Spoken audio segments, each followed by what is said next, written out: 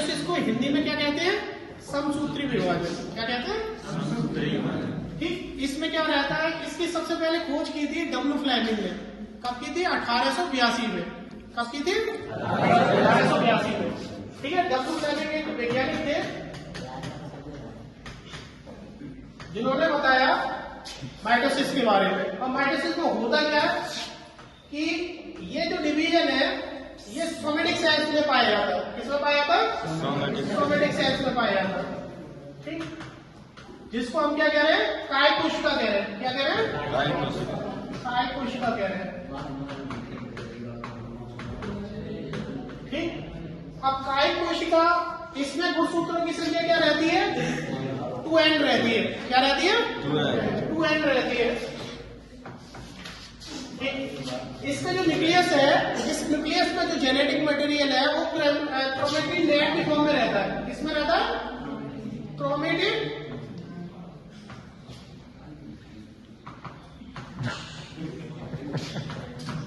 Network के form में रहता है। ठीक, इसमें क्या रहता है? एक मदर सेल से, ये देखिए मदर सेल है,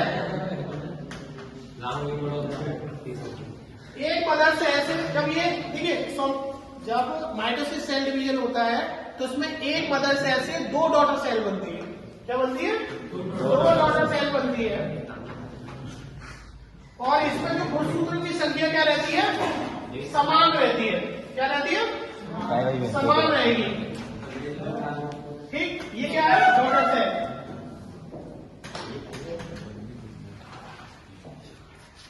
तो माइटोसिस किस प्रकार की सेल में होता है? सोमेटिक सेल्स में रहता है और इसमें गुणसूत्रों की संख्या क्या रहती है? समान रहती है। जैसी मदर सेल होगी उसी की कार्बन कॉपी डॉटर सेल होंगी। ठीक, ये जो माइटोसिस है ये 4 अवस्थाओं में पाया जाता है। प्रोफेज, मेटाफेज, एनाफेज और टेलोफेज। ठीक, तो ये 4 अवस्थाएं पाई जाती है किसमें? माइटोसिस में। किसमें पाई जाती है? माइटोसिस में। ठीक, ये 4 अवस्थाएं। अब देखिए, सबसे पहले देखिए प्रोफेज। प्रोफेज में क्या हो रहा है? ये सेल है, ये न्यूक्लियस है, इसमें ये क्या है? न्यूक्लियोलस है। और क्या पाया जाता है? ये क्रोमेटिन नेट है। ठीक, तो प्रोसेस में क्या हो रहा है? सबसे पहले न्यूक्लियर मेम्ब्रेन, ये क्या है? न्यूक्लियर मेम्ब्रेन धीरे धीरे क्या होगी? क्या होगी? डिसअपियर होगी इस तरीके से।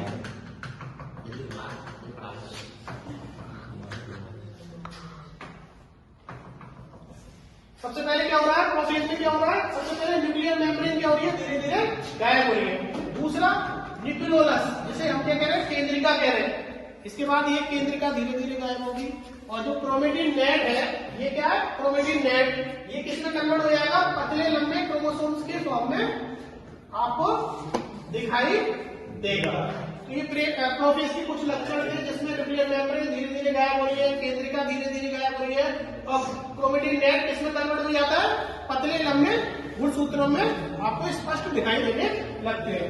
देखिए, इसके बाद दूसरी अवस्था आती है जिसे कह रहे हैं मेटाफेज। ये दूसरी अवस्था है मेटाफेज। ठीक, ये देखिए बस ये लास्ट है। इसमें क्या क्या हो रहा है?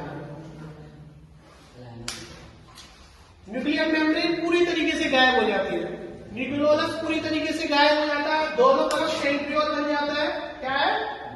और गुणसूत्र कहाँ आ जाते हैं? मध्य रेखा पर आ जाते हैं। कहाँ आ जाते हैं? मध्य रेखा पर। मध्य रेखा पर आ जाते हैं ये।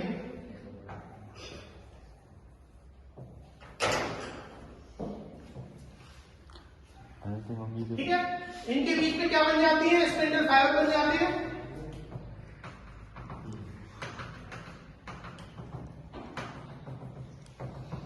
इसमें भी 2 तरह के स्पिंडल फाइबर बनते हैं। एक जो पोल से स्टार्ट होती है, किससे स्टार्ट होते हैं? पोल से स्टार्ट होते हैं और दूसरे पोल तक डायरेक्ट जाते हैं। दूसरा स्पिंडल फाइबर जो पोल से स्टार्ट होते हैं और क्रोमोसोम्स के सेंट्रोमियर वाली बात से जाके जुड़ जाते हैं। इन्हें क्या कहते हैं? Spindle fibre. क्या कहते हैं? Spindle fibre. ठीक, ये क्या है? क्रोमोसोम्स है। ठीक है, तो मल्टीप्लाइज में क्या हो रहा है? केंद्रक कला धीरे धीरे गायब हो गई, पूरी तरीके से गायब हो जाती है, केंद्रिका पूरी तरीके से गायब हो जाती है, दोनों साइड पर क्या बन जाते हैं? पोल्स बन जाते हैं और सूत्र मिडिल यानी कि मध्य रेखा पर आ जाते हैं। मिडिल प्लेट भी कहते हैं इसको। ठीक,